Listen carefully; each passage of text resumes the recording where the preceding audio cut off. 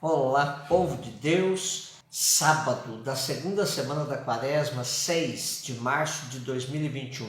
A nossa reflexão de hoje é a partir de Miqueias 7, de 14 a 15, 18 a 20, e de Lucas 15, de 1 a 3, de 11 a 32.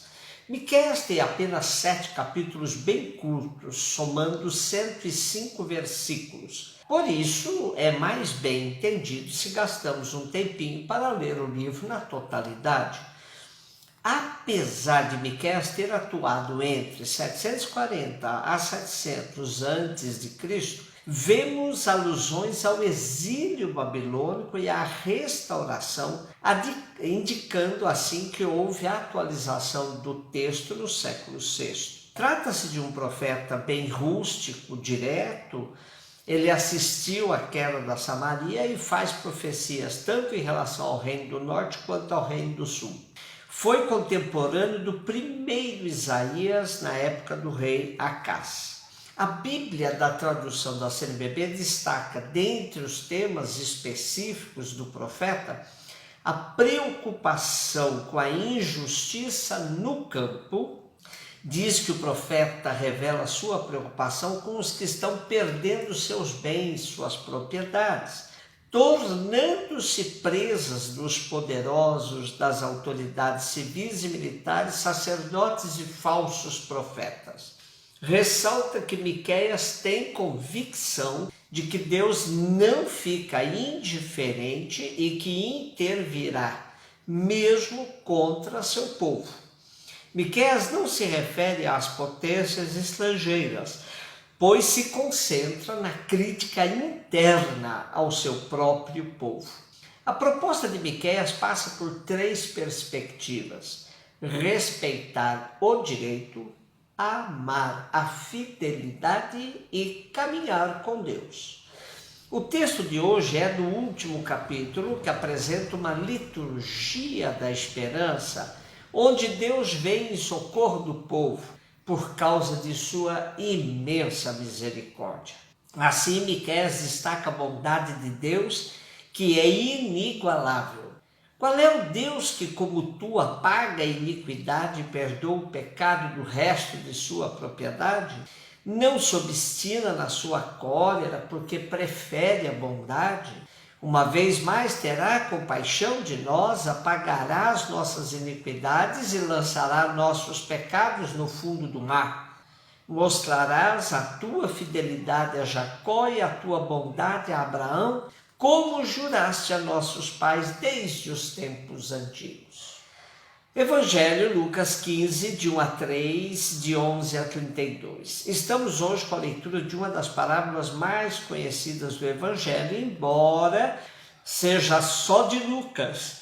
Isto é, não aparece nem em Marcos nem em Mateus. Embora todos a chamem de parábola do filho pródigo, ela poderia se chamar o pai misericordioso, o pai e seus 2 filhos, ou o pai bom, ou ainda do filho perdido e reencontrado, pois esses títulos não fazem parte do texto revelado.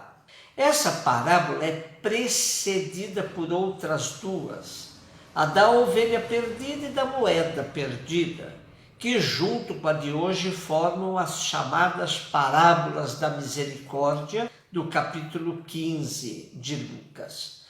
As 3 parábolas surgiram como uma reação de Jesus a fariseus e escribas que julgam a postura dele de relacionar-se, de dialogar, de ter comunhão com pessoas tidas pela sociedade da época como de má fama, pecadoras ou impuras. A parábola de hoje é muito rica em significado e permite abordar temas como juízo frente aos perdidos de hoje, intolerância, fundamentalismo, moralismo, relacionamentos humanos, consumismo e suas vítimas, a reconciliação na família humana, a discriminação, inclusão e exclusão, a alegria, a graça de Deus que acolhe a todos e todas, etc. pode-se parar numa longa análise sobre cada um dos três personagens principais, o pai, o filho pródigo e o filho mais velho.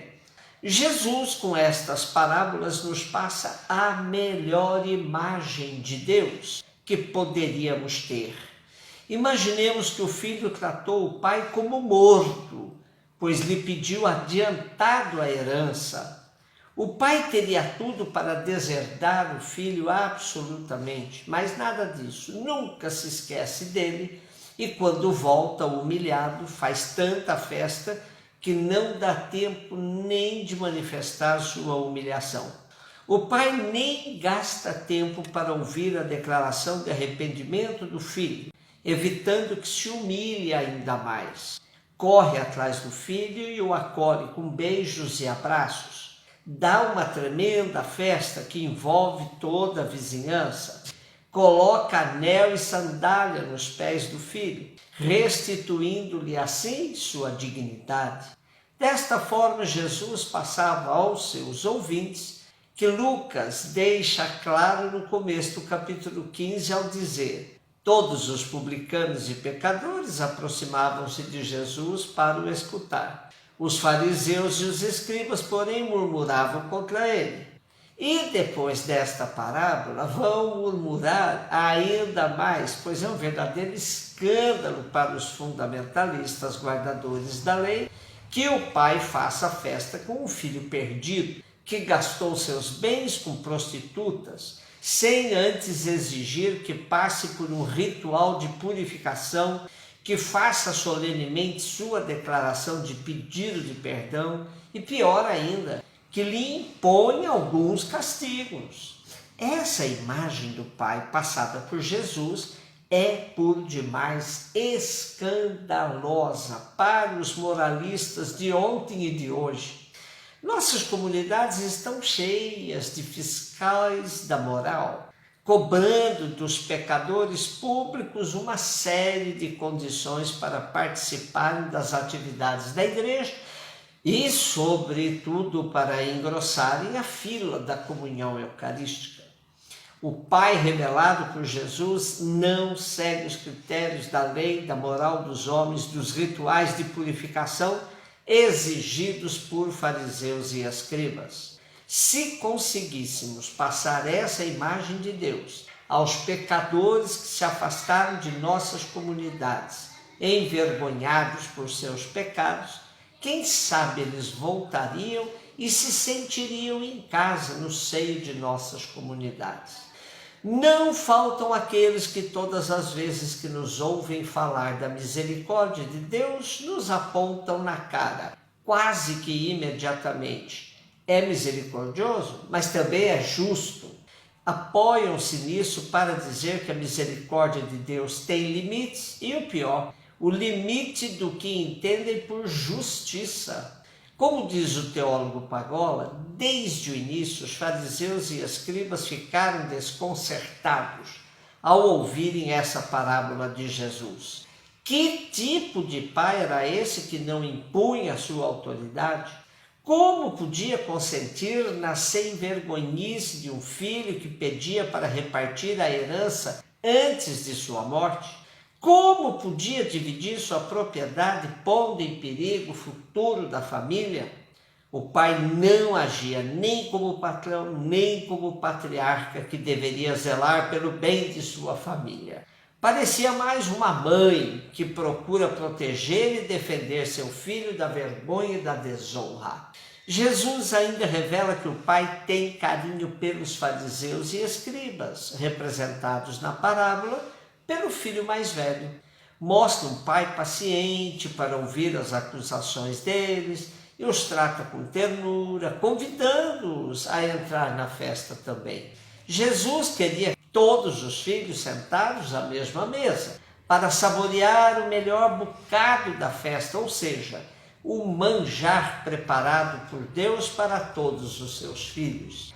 A parábola de Jesus termina sem nos contar se o filho mais velho, homem honesto e trabalhador, de vida correta e organizada, mas de coração duro e ressentido, aceitou a proposta do pai. parece nos indicar a frustração do pai que não conseguiu reunir todos os seus filhos para a festa da reconciliação, da vida nova. Por outro lado, do jeito que a parábola termina, sem nos contar a decisão do filho mais velho, deixa a porta aberta para todos.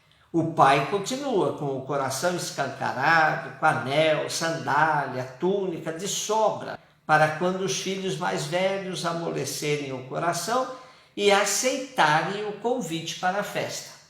Por fim, é bom imaginar que todos nós temos um pouco de filho pródigo, desgarrado, mas também temos muito de filho mais velho, ranzinza, moralista e cobrador do comportamento dos outros.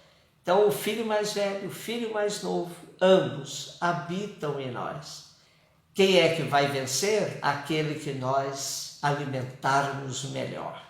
Espero que alimentemos melhor o filho pródigo, que tem coragem de voltar para a casa do Pai.